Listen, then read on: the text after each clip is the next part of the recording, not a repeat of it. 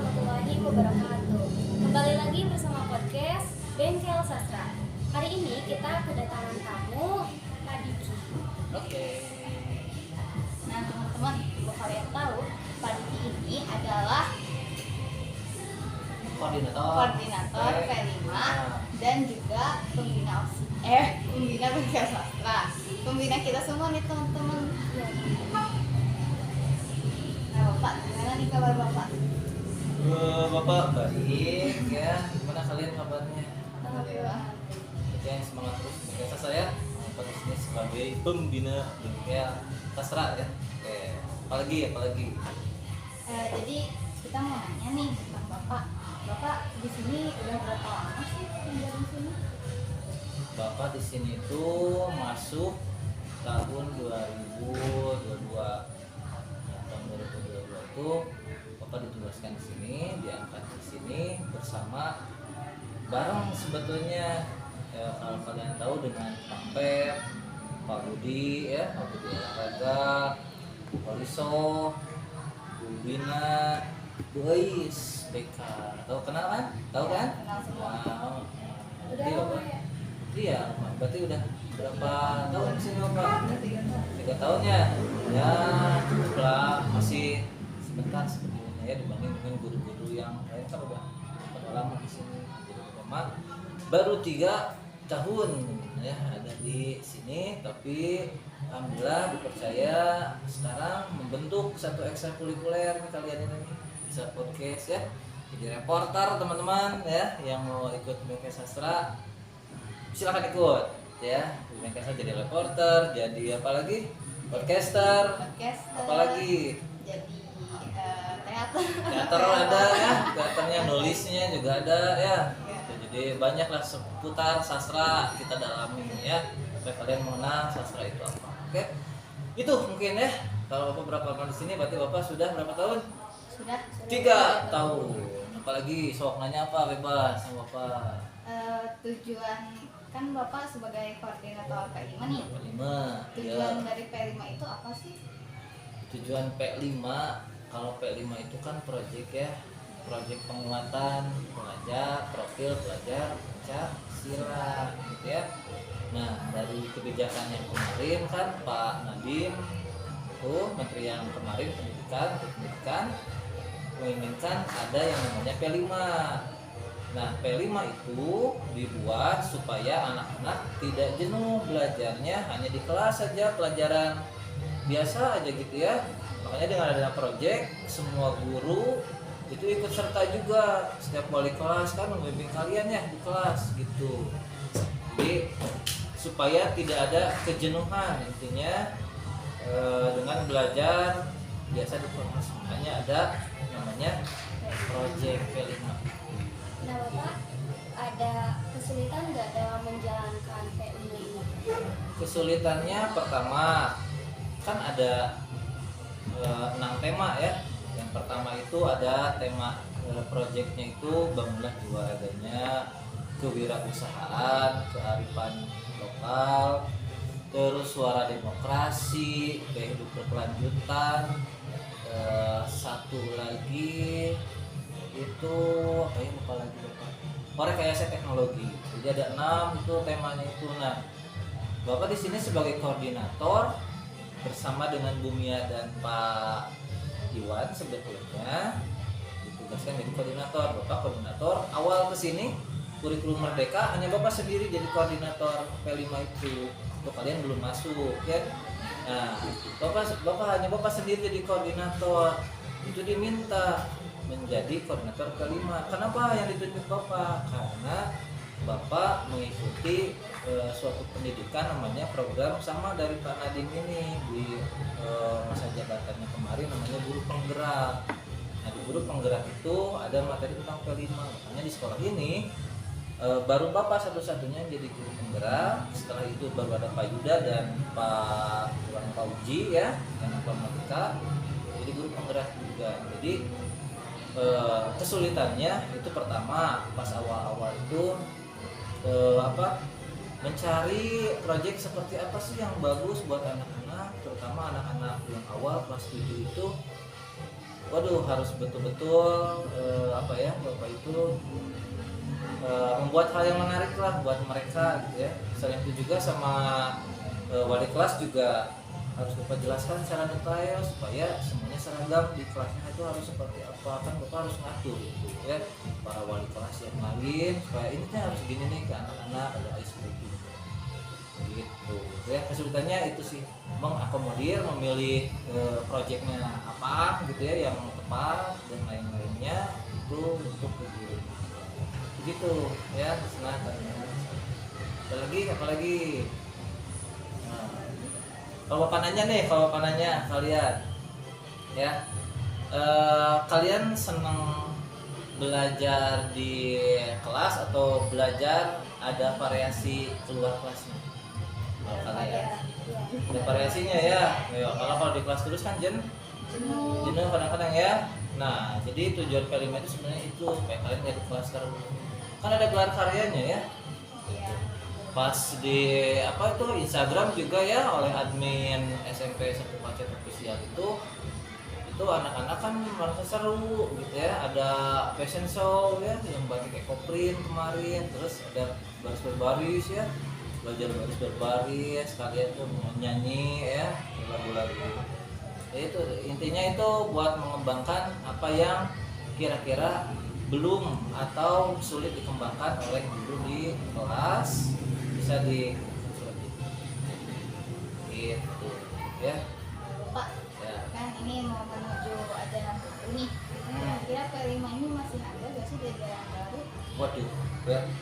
Nah ini kalau Bapak jelaskan sekarang, menteri yang baru ini ya Pak Abdul Muti ini sebetulnya mengarahkan P5 ini sudah terkesan sudah out. Jadi P5 ini mungkin namanya nanti akan berubah. Ini masih asumsi setiap guru-guru ya di tiap sekolah bahwa P5 ini nantinya katanya akan hilang, diganti oleh namanya P7. Wah, makin beratnya P7, makin berat ya P7 tuh ya. Oh. P5 jadi 7 ya. Tapi bukan berarti tugasnya jadi nambah, enggak ya. P7 itu kan yang 7 kebiasaan anak Indonesia hebat. Sok apa aja? Bangun pagi, beribadah, berolahraga, terus belajar sandia, belajar, terus tidur cepat, sebelum tidur cepat apa satu bermain, bermasyarakat ya, bermasyarakat. Satu lagi tidur cepat. Jadi intinya kayaknya proyek tahun ajaran baru itu harus arahnya ke 7 kebiasaan anak Indonesia hebat. Jadi biasanya P5 berubah jadi P7 itu 7 itu yang 7 kebiasaan Indonesia hebat gitu. Terus yang profil pelajar Pancasila, tahu nggak profil pelajar Pancasila yang mana? Belajar Pancasila, beriman dan bertakwa pada Tuhan yang Esa dan berakhlak mulia, berkebinekaan global, gotong royong mandiri, kreatif dan bernalar kritis. Jadi ada 6 itu profil pelajar Pancasila, ada 6. Nah katanya kan kok profil pelajar Pancasila ada 6 sementara Pancasila ada berapa? Ada 5 ya. Nah jadi itu kurang pas katanya gitu. Jadi nanti jadi berubah gitu ya. Nggak tahu lah seperti apa nanti, yang pasti proyeknya kayaknya masih ada. Proyeknya masih ada, cuma temanya mungkin akan berubah ya. Untuk anak-anak di kelas yang mungkin hanya menerima hasilnya aja, tapi yang bingung pasti guru-guru cara penerapannya dan lain-lainnya, itu pasti guru-guru ya. Nah diganti yang 6 itu apa saja digantinya, hampir sama sebetulnya ya. Nih Bapak akan coba buka, akan disebutkan juga di sini supaya yang nonton juga tahu ya.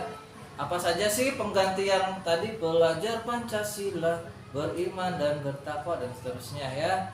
Nah itu jadi diganti sekarang bukan 6 lagi, ada nambah sekarang mah ya gitu. Yang pertama pasti sama ya, namanya apa yang pertama? Beriman dan bertakwa. nah itu mah pasti harus harus ada ya. Beriman bertakwa itu harus tetap ada. Yang pertama sama keimanan, ketakwaan terhadap Tuhan Yang Maha Esa. Yang kedua kewargaan.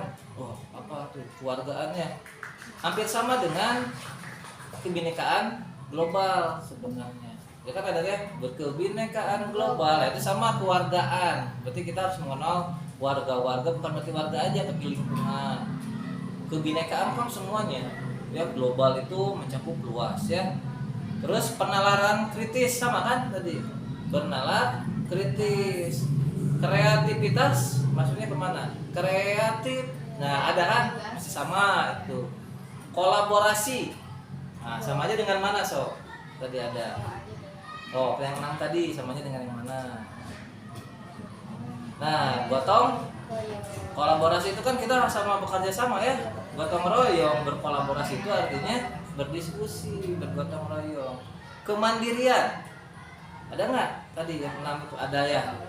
Gotong royong mandiri sama aja kan, tapi nambah jadi 2 sekarang, ada 2 yang baru namanya kesehatan dan komunikasi ya. Intinya tuh ya teman-teman juga tuh ya, anak-anak yang lain ya bisa lihat. Jadi ada nambah 2, kesehatan dan komunikasi. Jadi selain yang 6 tadi ditambah juga anak-anaknya harus sehat. Makanya 7 kebiasaan anak Indonesia hebat itu ada berolahraga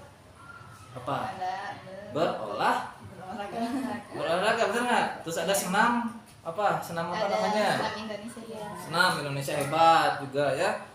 Gitu. Terus ada makan gizi bukan yang makan gratis itu ya. Apa kesini belum ada ya? Belum ada. Mudah-mudahan ada ya. Gitu ya. Kalian nggak bekal dari rumah. Terus ada komunikasi, yang ke-8-nya komunikasi. Komunikasi itu apa? Jadi kita harus cakap, berinteraksi.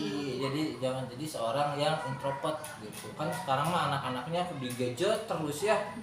Gitu. Makanya sekolah di sini juga sekarang kita nggak boleh nggak boleh bawa HP supaya apa? Supaya komunikasi dengan seorang. Supaya kita bisa berkomunikasi dengan teman-teman ya. Gitu.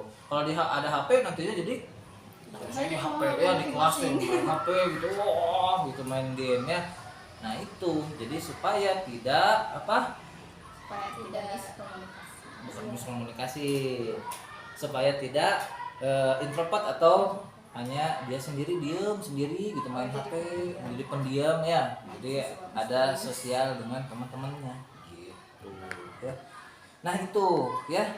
Jadi P5 kayaknya bakal hilang, tapi ada penggantinya tuh ya. Jadi P5 hilang tapi diganti dengan project, masih sama projectnya gitu. Nanti Bapak juga dari tanggal 14 ini pas kalian baru masuk PTM PLS, sambil Bapak itu ada pelatihan apa itu? Pelatihan yang ini, yang baru ini.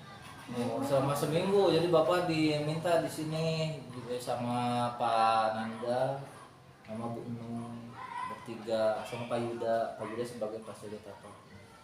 Nanti ada pelatihan buat yang ini, yang 8 ini supaya lebih paham lagi. Gitu, yang ditunjuknya Bapak dari sini. Gitu, jadi kan baru masuk Bapak belajar lagi, kuliah lagi gitu. Siswa, guru juga masih harus belajar. Harus belajar ya. Kalau kita menjadi seorang guru berarti kita harus belajar sepanjang hayat. Artinya tidak ada batas belajar. ya sampai kita tutup usia, sepanjang hayat kita, sepanjang ada di dunia ini harus terus belajar. Jadi apa itu mengabdikan menjadi seorang guru itu sudah pasti harus belajar seumur hidup. Oke, nah itu ya.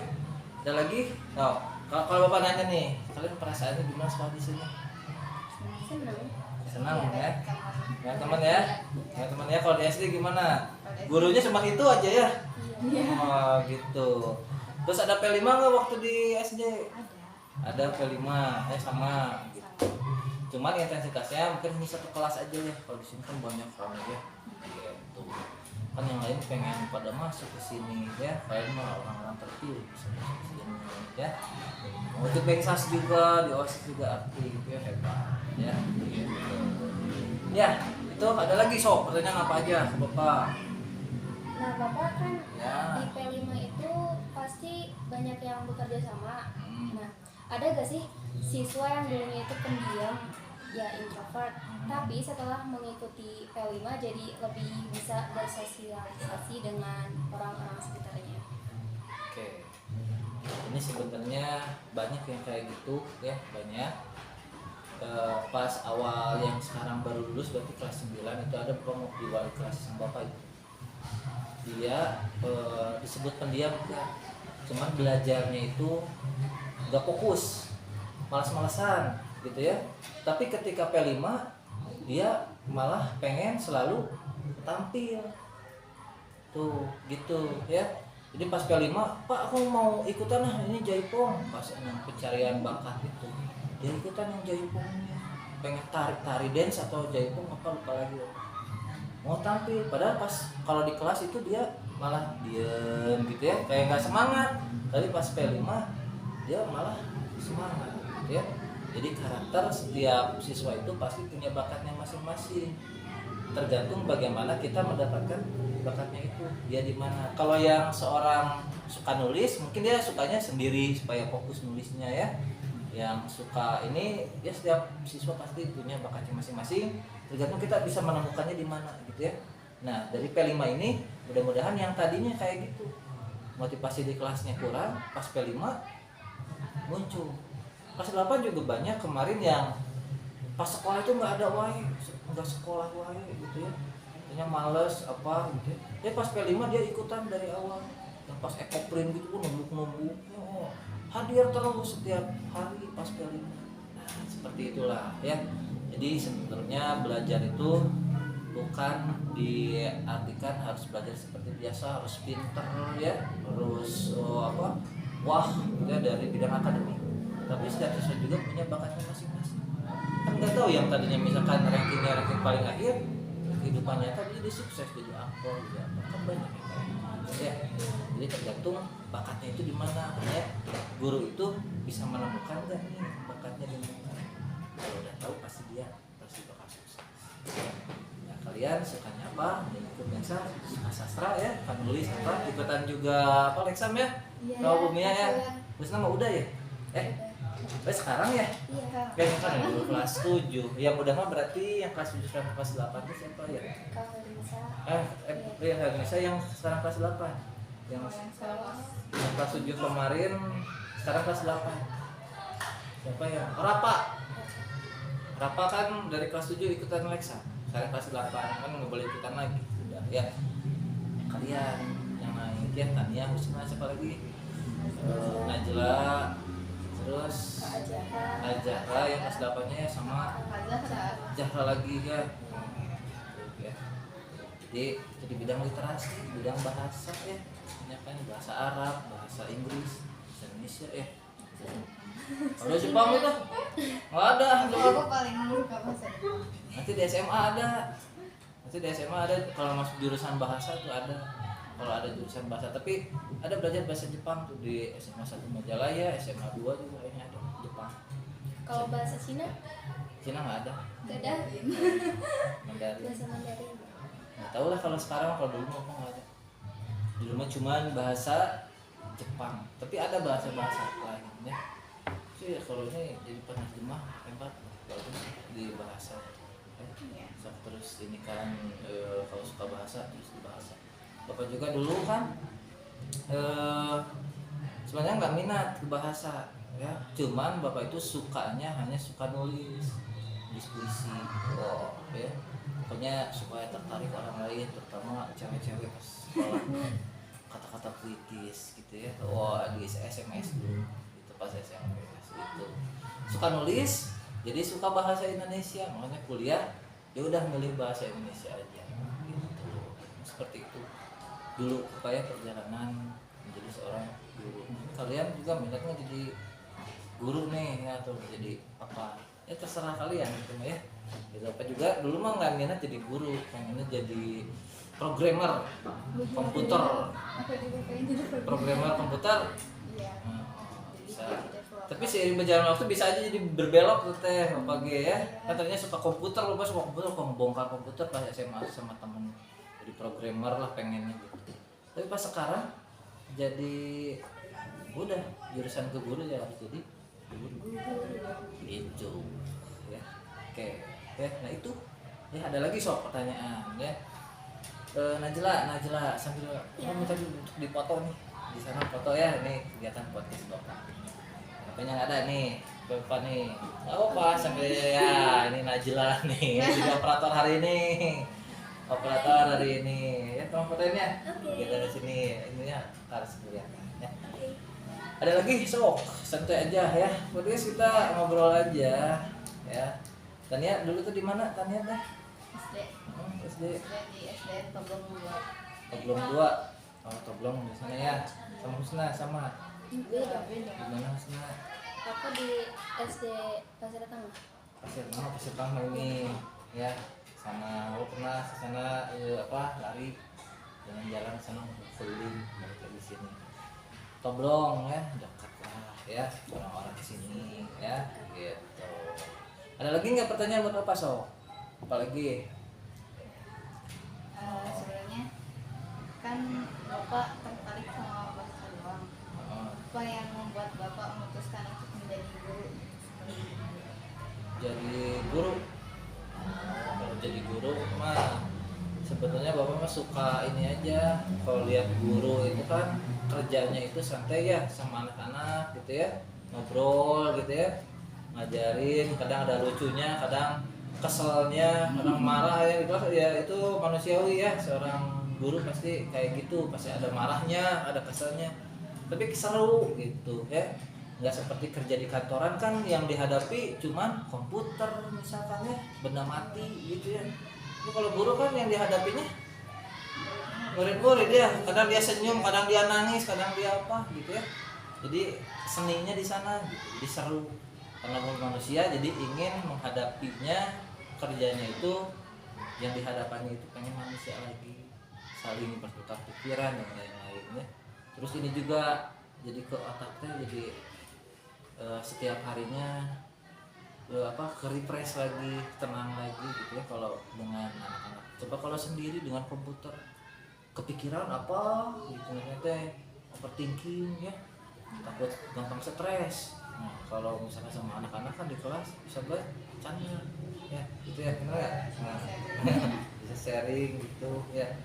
Nah tuh ada lagi Nah Bapak, ada gak kejadian yang paling membekas pas Bapak jadi guru? paling membekas. Nah ini yang paling membekas dan siswanya itu betul-betul apa ya, kayak berterima kasih lah gitu ya. Bapak itu dulu pas aku belum kesini zaman Covid tahun 2020 kalau nggak salah 2020 ya, awal bulan Februari Maret kan itu ya, atau 2021 lupa lagi. Ada anak yang kan belajarnya dari nggak sekolah-sekolah, daftar tapi nggak sekolah. Pas di home visit ke rumahnya ternyata anaknya itu kayak nggak mau sekolah. Cuma lupa berapa kali ke rumahnya dia main HP terus ya, dibujuk lah terus menerus sama bapak. Akhirnya dia sesekali mau sekolah. Nah ketika dia sekolah tumbuh kenyamanan sama dia itu untuk sekolah, sama teman-temannya udah nyaman di sekolah. Dan alhamdulillah dia juga sampai lulus gitu ya. Nah dia bilang pas lulus itu, Pak kalau misalkan dulu bapak nggak ke sekolah, nggak ngajak saya sekolah gitu ya, sekolah lagi meren abi moal biasa lulus seperti ini kan. Jadi ada kata-kata seperti itu dari siswa itu, ada kebanggaan ya, bahwa jadi betul-betul bahwa guru itu bisa membuka jalan dia ke masa depan. Sampai sekarang dia jadi suka rajin sekolahnya di SMA, rajin dekat di sana di Majalaya ya. Coba kalau dulu bapak nggak terus menerus ke rumahnya ya, bukan kan dekat rumahnya bapak sama sekolah waktu itu mah, dia sering ke rumahnya, ibunya kerja, ayahnya juga sama, dia sendiri di rumah nggak mau sekolah. ada juga uangnya di pinggir rumahnya sama uangnya terus akhirnya terpaksa dia sekolah. Awalnya terpaksa jadi kesini jadi mau di sekolah. Itu kan kejadian yang menurut bapak itu ya menyentuh lah ketika dia lulus sekolah mengucapkan rasa terima kasih ya. Kalau bayangkan kalau dia nggak dibujuk seperti itu oleh bapak sebagai wali kelasnya dulu, mungkin dia nggak mau sekolah udah ya, nggak sekolah aja udah meren dia jadi apa ya. Itulah yang berkesan selama bapak jadi guru, itu yang paling berkesan selama ini ya. Ada lagi sebetulnya di waktu ngajar di SMA, ngajar di SMA juga sama ngajar. Bapak itu masih kuliah, umur dengan bapak itu hanya beda 3 tahun, hanya beda 3 tahun sama bapak. Sob, bayangkan berarti seusia siapa? Bu Nisa. Usia Bu Nisa beda 3 tahun sama bapak, udah diajar sama bapak. Bapak itu masih kuliah ya. Waduh, itu di kelas kan nggak bisa ini bapak teh nggak bisa apa namanya deh, nggak bisa fokus ya.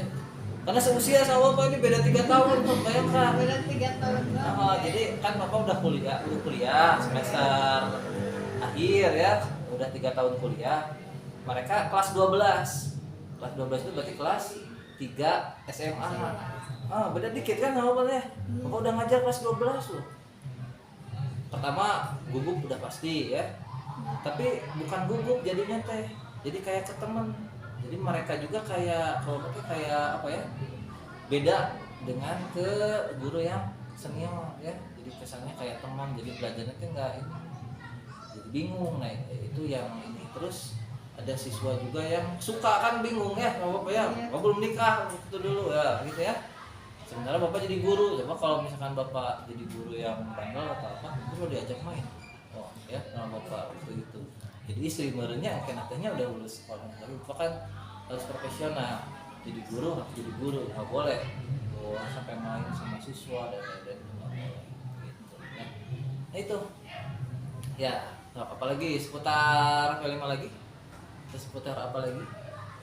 Banyak kok pengalaman apalagi. Kalau bapak sebelum ngajar di sini, bapak sebenarnya ngajar di mana? Aduh, itu pengalaman bapak mah sudah melanglang buana lah. Bapak ngajar di 4 sekolah. Seminggu bapak 4 sekolah. Banyak. Seminggu itu 4 sekolah, bayangkan. Hari Senin sampai Rabu itu di Cileunyi, namanya SMK Bakti Kencana, SMK Kesehatan, yang bidan-bidan semua sama apoteker gitu. Calon-calon bidan ya, udah bisa nginfus, udah bisa ngambil darah. Itu Senin sampai Selasa. Kamis di Ciparai di SMK Itikuri Hibahna. Kalau kalian tahu ya, kita dekat alun-alun di sana. Jumat juga sama, masih di Itikuri. Apa lagi? Jumat di Panyadap di SMP, di PSD namanya, yang sebelum bapak kesini terakhir di sana. Sabtu itu di SMA Bakti Putra yang sama satu yayasan dengan Bakti Kencana. 4 sekolah seminggu, banyak banget ya. Sabtu siang teh ke Itikuri lagi, Sabtu siang teh. Jadi udah dari Solo Jeruk dari SMA Bakti Putra teh berangkat lagi. Pulang-pulang Sabtu teh upacara penurunan bendera itu di Itikuri bapak dulu. Perjuangan sebelum diangkat harus untuk di sini di SMP negeri ya. Negeri tes, alhamdulillah lolos dan diangkatnya di sini.